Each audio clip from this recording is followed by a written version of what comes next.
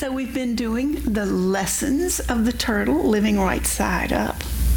And so we're going to do test time. The first week we talked about the turtle having an accident, and there was a gift out of that accident. Anybody remember what that gift was? Trees. Choice.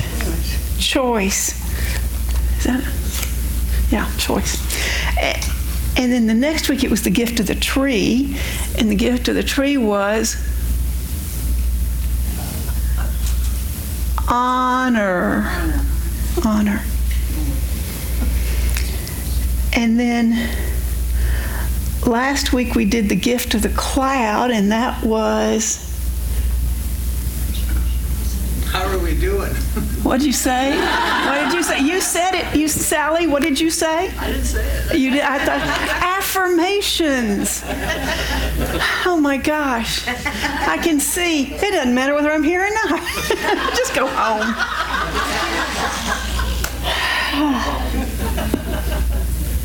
So this week it's the gift of the butterfly. And I'm wanting you to get that there's a little theme in here. So the first week was choice. The next week was honor. The next week was affirmations. What do you think the gift is going to start with this week?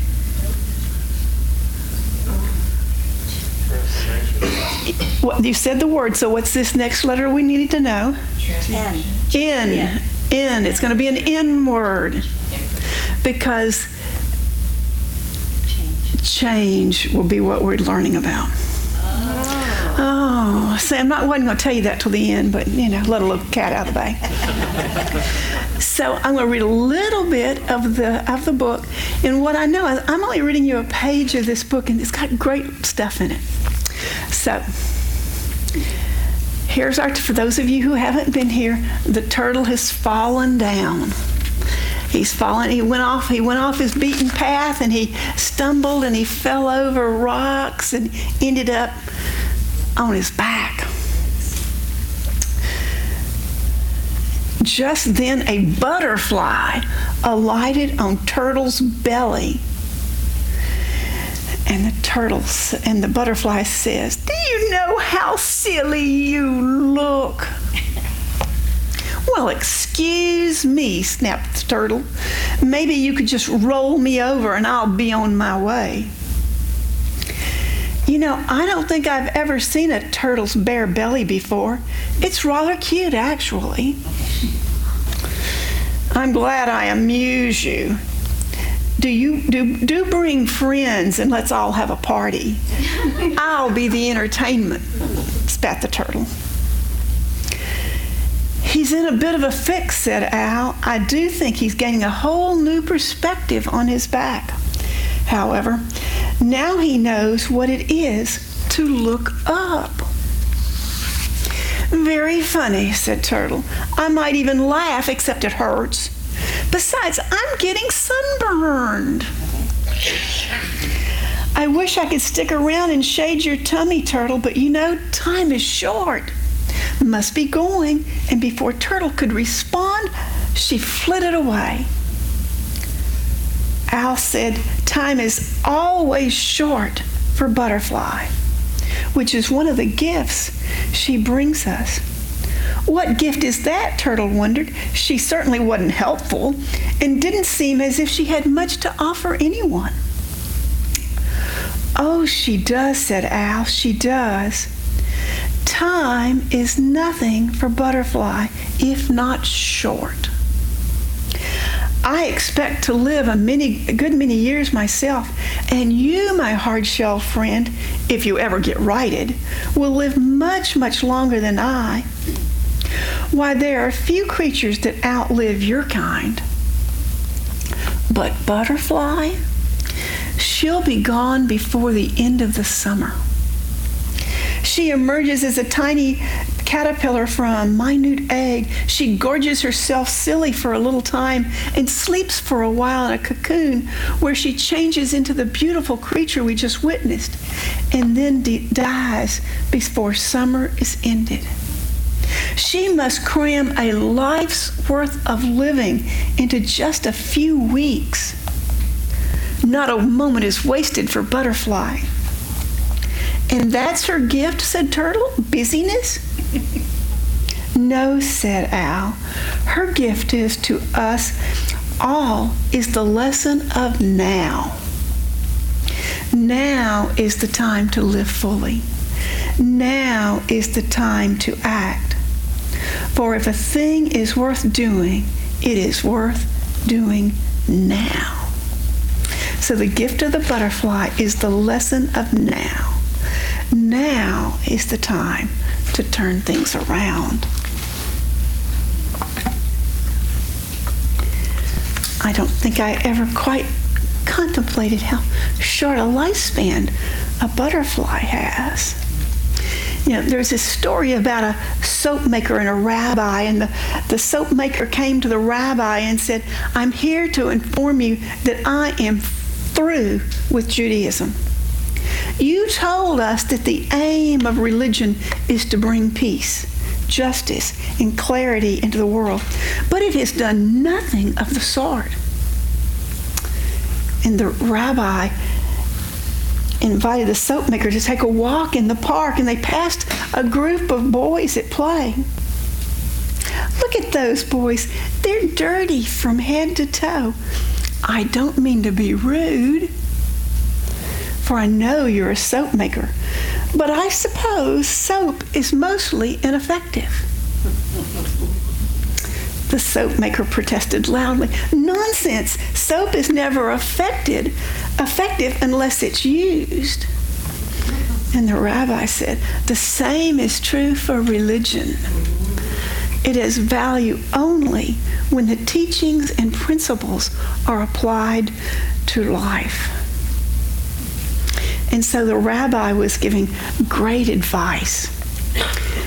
You can read all of the self-help books that they sell at Barnes & Noble that you can download on your Kindle. We even have self-help books in our library. You can go to all the 12-step meetings in the world. You can come here to church on Sunday, but unless you work the principles, you're not going to see any results. When you put off the decision to turn your life around, nothing changes. When you put that decision off, now is the time to make the decision. There's a beautiful Sanskrit writing that speaks to this. I have to read it. Listen to the exhortation of the dawn. Look well to this day, for it is life, the very life of life. In its brief course lie all the verities and realities of your existence, the bliss of growth, the glory of action, the splendor of beauty. For yesterday is but a dream, and tomorrow is only a vision, but today, well lived, makes every yesterday a dream of happiness, and every tomorrow a vision of hope. Look well, therefore, to this day. Such is the salutation of the dawn.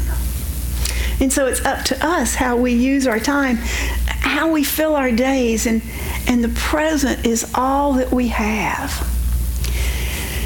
And it's so hard to live in this now moment. Emerson said one of the illusions of life is that the present hour is not critical. It's not a critical, decisive hour. He said, write on your heart that every day is the best day of the year. Today is the best day of the year. Today is the best day of your life. Make today.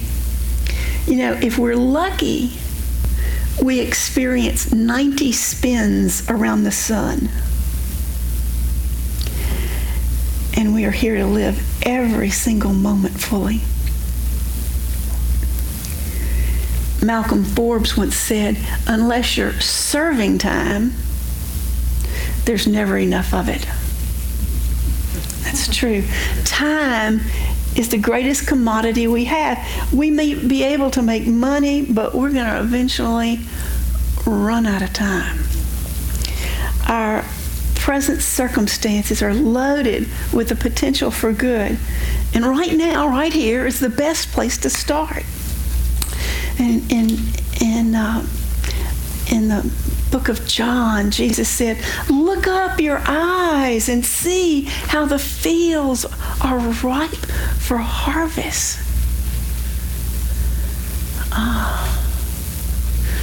I got a text this morning from a minister friend, and she said, "Put your God glasses on and see heaven today."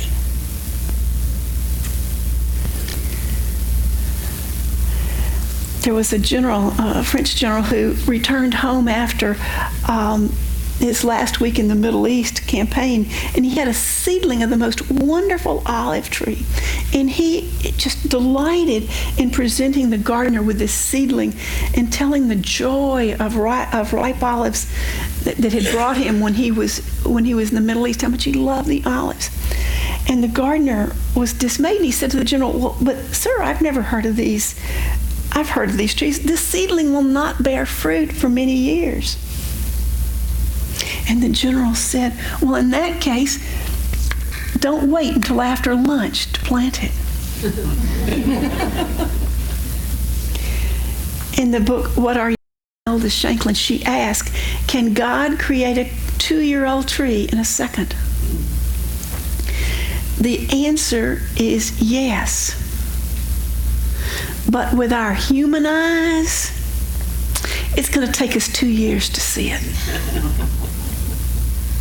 The truth is, there is no time in spirit. There's only now.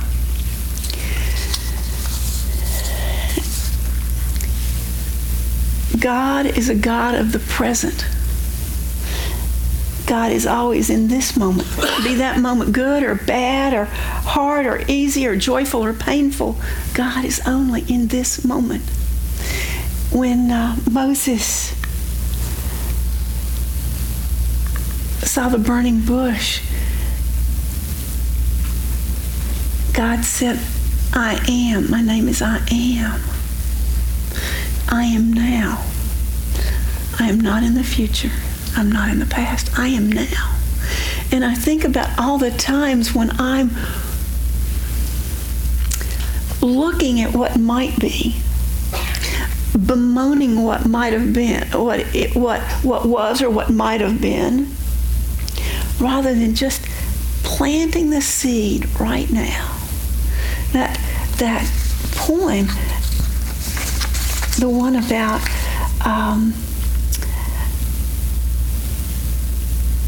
but today well lived makes every yesterday a dream of happiness, and every tomorrow a vision of hope.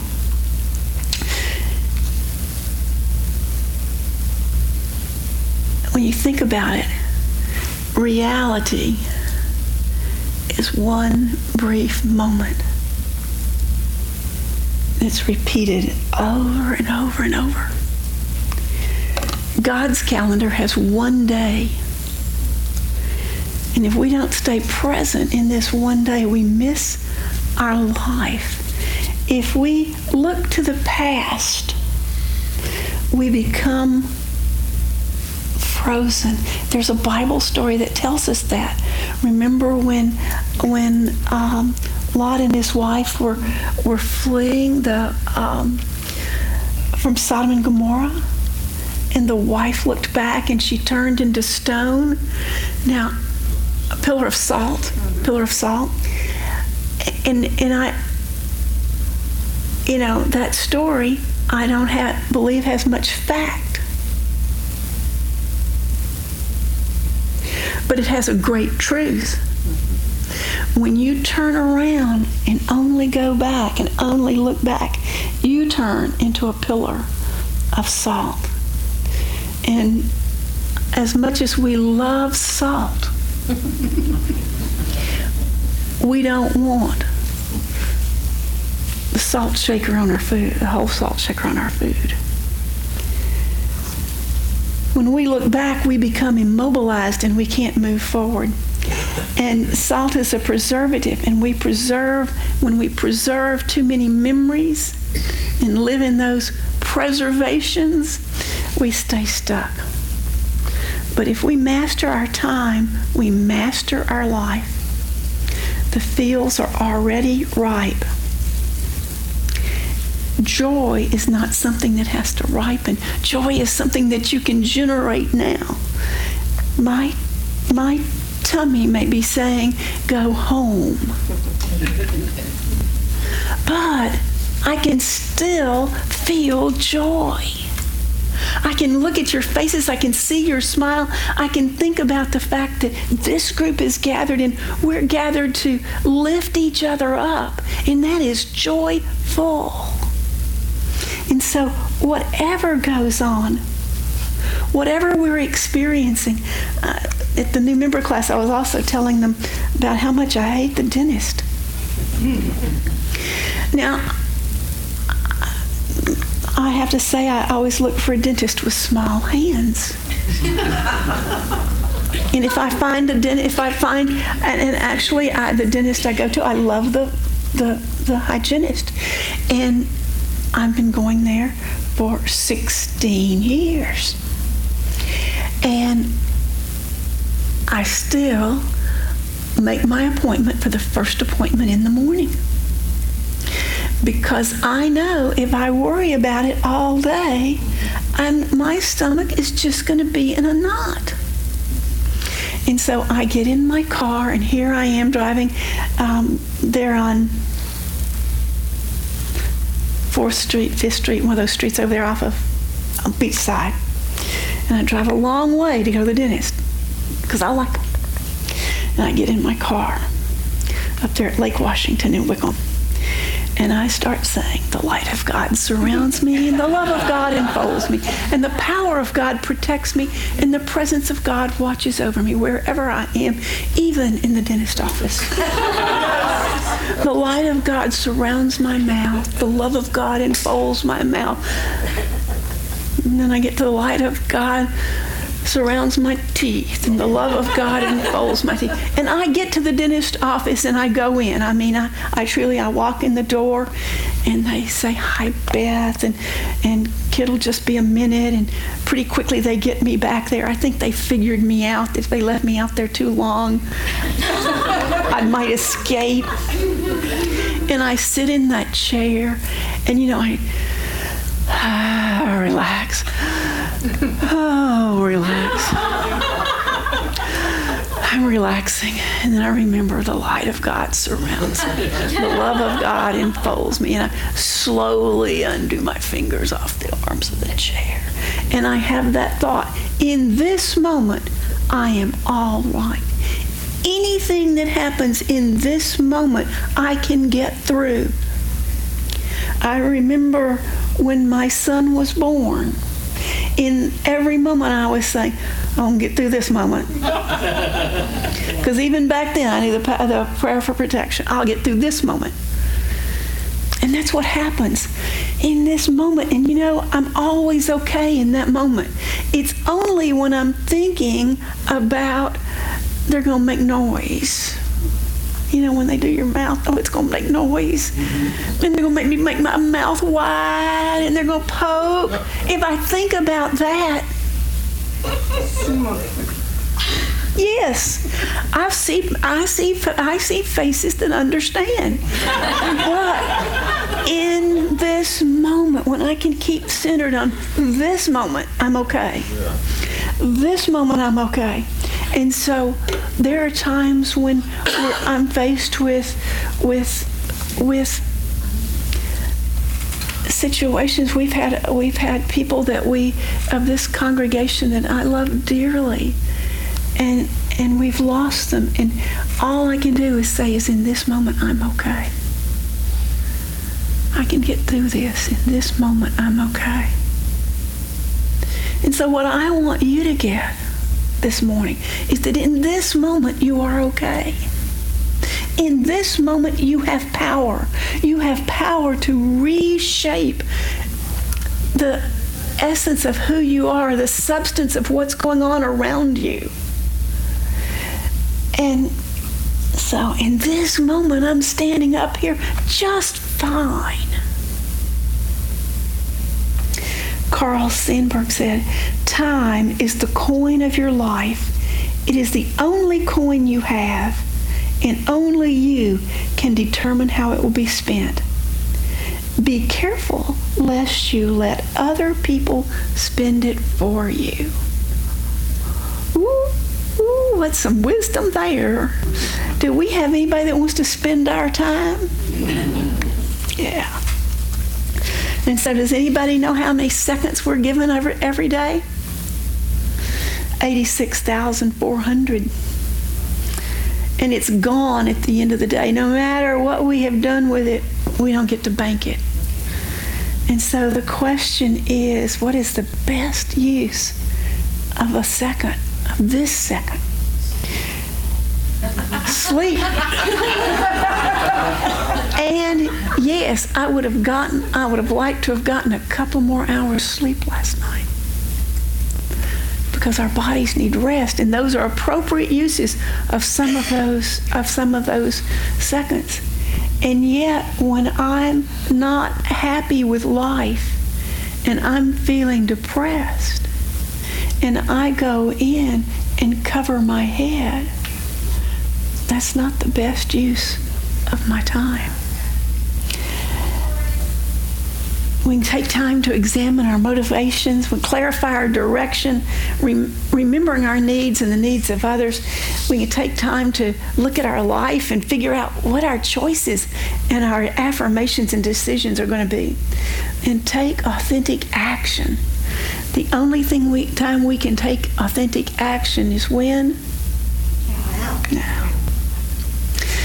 Comedian Paul Merton said, "My school days were the happiest days of my life," which should give you some indication of the misery I've endured over the past 25 years.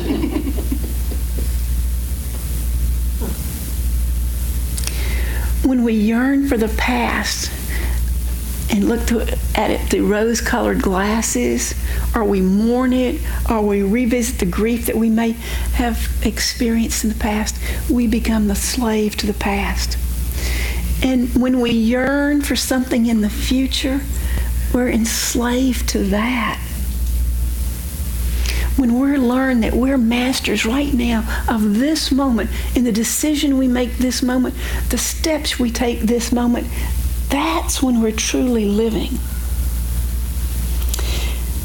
I have a little story for you. As a group of Americans made a trip with Brazilian natives down the Amazon River, and the first day they rushed, and the second day they rushed, and the third day they rushed.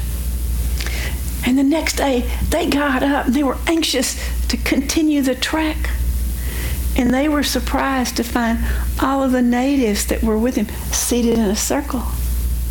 And when they asked the reason for the delay, the guide answered, "They are waiting. They cannot go any further until their souls catch up with their bodies." And sometimes I feel like I'm doing that. Sometimes I get on that little wheel and I'm just doing, and my soul hadn't had time to catch up.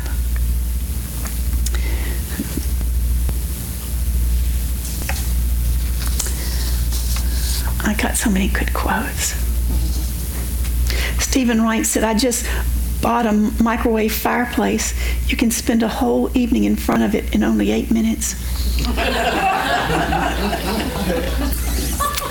Woodrow Wilson said, "You are here to enrich the world and you impoverish yourself. Forget the errand."